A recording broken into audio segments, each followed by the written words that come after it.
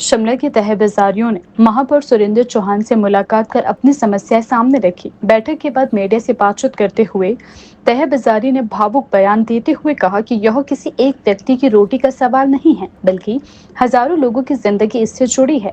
हम इस लड़ाई से पीछे नहीं हटेंगे, जरूरत पड़ी तो कोर्ट तक जाएंगे।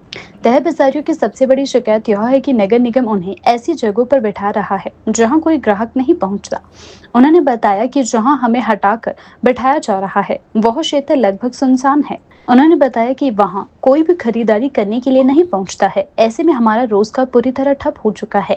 उन्होंने मांग की है कि तह बाजारियों को शहर के मुख्य बाजार क्षेत्रों में ही बैठने दिया जाए, जहां लोगों की आवाजाही बनी रहती है और रोजी रोटी भी चलती रहती है। तह बाजारियों ने कहा कि वे नगर निगम के साथ टकराव नहीं चाहते। अगर उन्हें ऐसे स्थानों पर भेजा जाएगा जहाँ काम नहीं होता है तो वे मजबूरन न्यायिक रास्ता अपनाएंगे। ले रही है और रोज गाड़ी निकल रही है। ऐसा भी कुछ नहीं है कोई गाड़ी का इशू है। पहले इन्होंने ये इशू बनाकर हमारे को उठाया था कि यहाँ पर से फायर की गाड़ी नहीं निकलती, एम्बुलेंस नहीं निकलती, लेकिन अब ऐसा कोई भी इशू नहीं है। अब गाड़ी भी 8 मिनट ले रही है और कोर्ट ने भी यही बोला है इनको कि यहाँ से आप इनको कहीं ना कहीं बसाओ। इसका मतलब ये थोड़ा, आप एक चीज़ देखिए, अगर आप कोई पशु डंगर पालोगे ना घर में, उनके लिए भी छत छूत का इंतजाम होगा। हम कोई जानवर थोड़ी ना वहाँ लेंटर पे जाकर धूप में बैठ जाए, बारिश में बैठ जाए। 6-7 महीने कम से कम मौसम खराब रहता है यहाँ पर, हम कैसे बैठेंगे वहाँ जाके।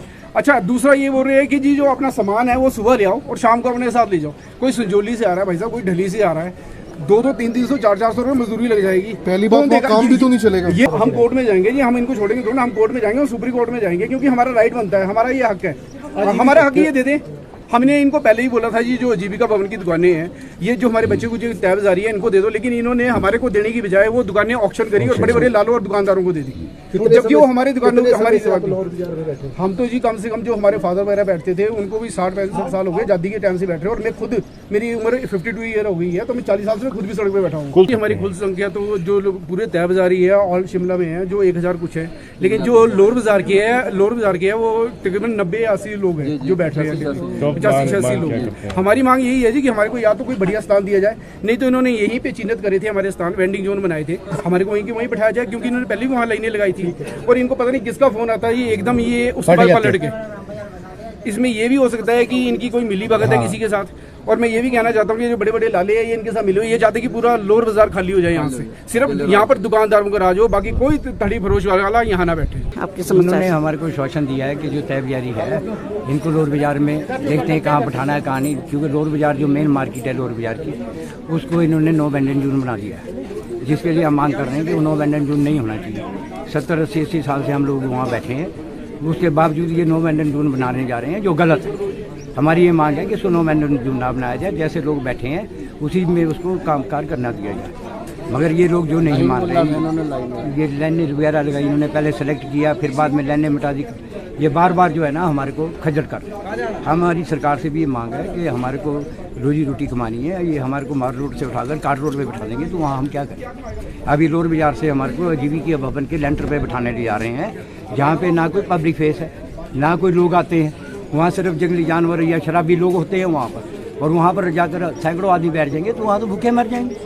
हमारी रोजी रोटी का तो वहाँ सवाल ही नहीं पैदा होता। तो हम ये सरकार से भी मांग करते हैं कि हमारे लिए सोचा जाए, जैसे आप लोगों ने बाहर के लोग आए, तीर्थिये आए, शरणार्थियों को दुकानें दे दी गई, क्या हम इनसे भी गए गुजरे, जो लोकल जो 70-80 साल से बशिंदे हैं यहाँ के, क्या हमारा अधिकार जो तो है इन्होंने इनको उठा कर दे दिया, अब हमारे को धेरने की तैयारी। ये गलत है, बिल्कुल गलत है। हमने ये बात रखी है मेयर साहब से भी कि आप इसमें ध्यान दीजिए, हमारे लिए जो अच्छा हो सकता है वो उसको।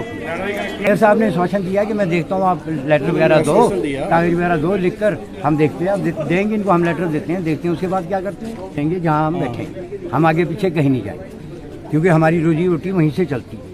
अगर हम कहीं जाके और साइड में हमारे को बैठा देंगे, कहीं भी है जीविका भवन को छोड़िए, आप कहीं भी बैठा देंगे, वहाँ हमारी दाल रोटी नहीं चल सकती। हमारी दाल रोटी लोअर बाजार से चलती है, ये पूरी मार्केट भी लोअर बाजार से तय बाजारियों के जरिए चलते हैं, जो दुकानदार है और शॉप है ये सभी तय बाजारी के बलबूते पे काम करते हैं। आज ये हमारे को बोलते हैं इनको धेड़ दो, ये कर दो, कोर्ट में बैठा, ये गलत। हमने मांग की है जो हमारा हक तो मिले हमें, हमारे को अपने अधिकार से मतलब मैडम हकदार है हम 60 सालों में सड़क में बैठे हैं, हमारे को आज दिन तक कुछ अलॉटमेंट नहीं हुआ। ये जो बाहर से लोग आए हुए हैं, ये तीर्थी आए, इनको करोड़ों रुपए की संपत्ति है जीविका भवन के रोड में दे दी गई, हमारी तरफ कोई ध्यान नहीं है, जबकि अधिकार हमारा था उस पर, हमारे को नहीं मिला हुआ, इनको दे दिया गया, उसके बावजूद भी हमारे को जीने नहीं दिया जा रहा।